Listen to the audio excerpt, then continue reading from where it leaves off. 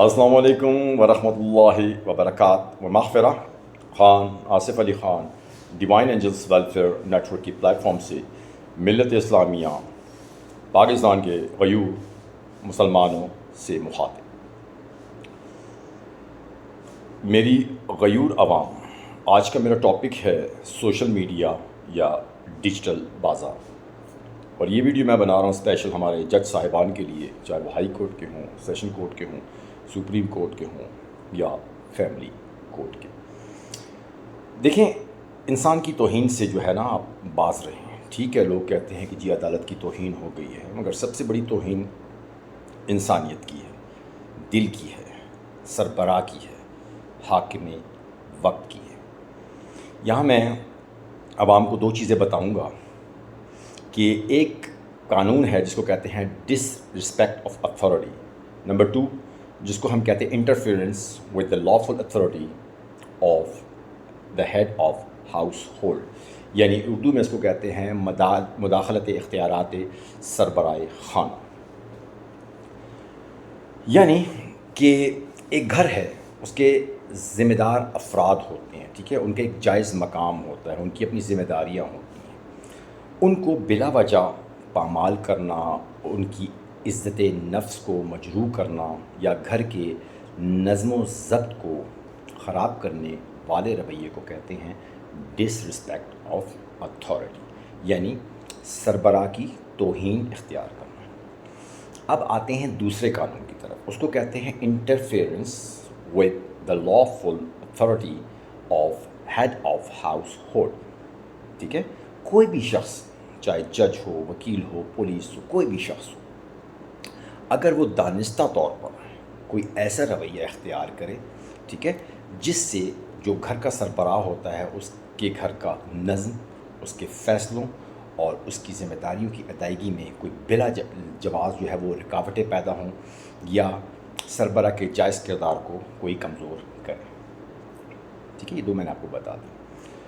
اچھا چلیں، آپ دیکھ رہے ہیں آج کل فیس بک، ٹویٹر ہے، واٹس ایپ ہے، یہ سارے کیا ہے؟ یہ پلیٹ فارمز ہیں، یہ بازار ہیں بیسیکلی. جیسے پہلے بازار گلیوں میں ہوتے تھے، آج کل یہ آپ کی موبائل اسکرین پہ ہے. ٹھیک ہے نا؟ تو میری جو اپنی ایک رائے ہے، اس میں عورت کا اختلاق، گفتگو اور تعلقات بہت آسان ہو چکے ہیں، اور میرے پاس کافی کمپلینٹس آتی ہیں، لوگوں کے کافی گھر ٹوٹ چکے ہیں. اس لیے میں یہ سمجھتا ہوں کہ ایک شادی شدہ مسلمان عورت اپنے شوہر کی مرضی اور باہمی اعتماد کے بغیر سوشل میڈیا تو کیا، اپنی موبائل کی نئی سم بھی استعمال نہیں کر سکتی، کیونکہ یہ خاندان کی حفاظت، حیا، اعتماد اسلام کی بنیادی اقدار ہے. یہاں پہ ایک چھوٹی سی مثال دیتا ہوں. دیکھیں، ہر چیز کا ایک مثال، ایک طریقہ کار ہوتا ہے. مثال یہ ہے کہ اگر آپ کسی اسکول کے پرنسپل ہیں اور آپ نے اپنے ٹیچرز کو جو ہے واضح ہدایات دی ہیں کہ اسکول کے اوقات میں موبائل کا استعمال ممنوع ہے، تو میں فزکس کا ٹیچر ہو کے اگر موبائل استعمال کروں اور جو پرنسپل ہے اس کے حکم کی خلاف ورزی کروں، ٹھیک ہے، تو جان بوجھ کے ہوا نا، یعنی اس کا جو میں نے ڈسپلن ہے وہ توڑ دیا، اور مجھے وہ ملازمت سے فارغ بھی کر سکتا ہے. تو کیا خیال ہے، میں عدالت میں جا کے پرنسپل کے خلاف کیس کر سکوں، اور عدالت کیا پرنسپل کو یہ کہے گی کہ اس کو دوبارہ واپس رکھ دو؟ ٹھیک ہے، کہ تمہارا سٹاف جو ہے وہ موبائل استعمال کر سکتا ہے. کیا عدالت کو آئینی، قانونی، شرعی یہ اختیار ہے؟ میرا سوال، اسکول آپ کا ہے، عدالت کا ہے یا جج کا ہے؟ ٹھیک ہے نا؟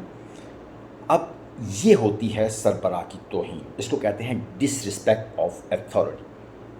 اور آپ عدالت میں اسی جج کے خلاف عدالت میں کیس کر سکتے ہیں اور کہہ سکتے ہیں کہ یہ مداخلت اختیار سربراہ خانہ ہے.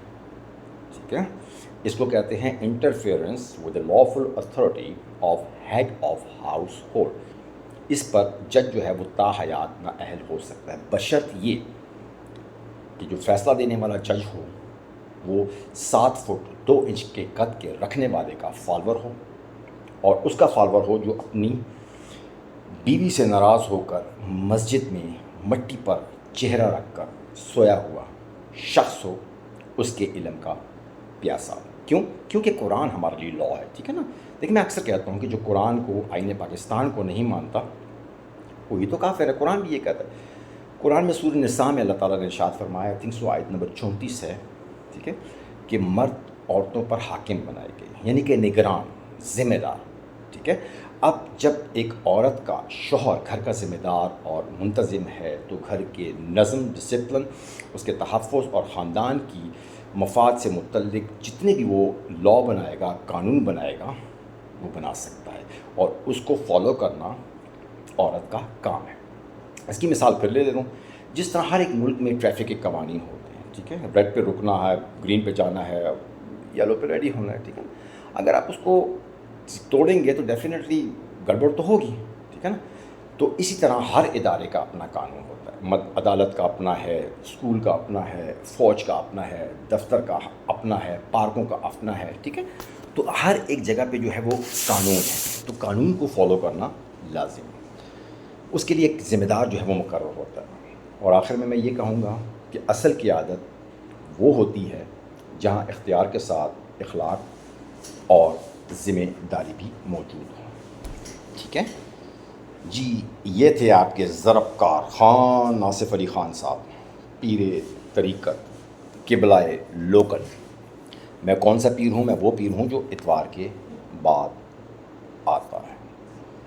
ادھر مجھے علامہ اقبال کا ایک شعر یاد آ رہا ہے کہ ہزار دام سے نکلا ہوں ایک جنبش میں، شاید پرانا ہے، 1998 کی بات ہے۔ ہزار دام سے نکلا ہوں ایک جنبش میں، کسی میں دم ہو تو آئے کرے شکار مجھے۔ اللہ تعالیٰ پاکستان کو دن دگنی رات چگنی ترقی عطا فرمائے، اور ملت اسلامیہ کے جتنے بھی مسلمان مومنین ہیں ان کو ہر قسم کے آفات، بلیات، حادثات سے دور رکھے، دین اسلام پر اور پاکستان کے آئین اور قانون پر عمل کرنے کی توفیق عطا فرمائے۔ کیونکہ میں پھر کہتا ہوں کہ we want Pakistan to be the second in the world and second to none. Pakistan زندہ باد، ہماری قوم پائندہ باد۔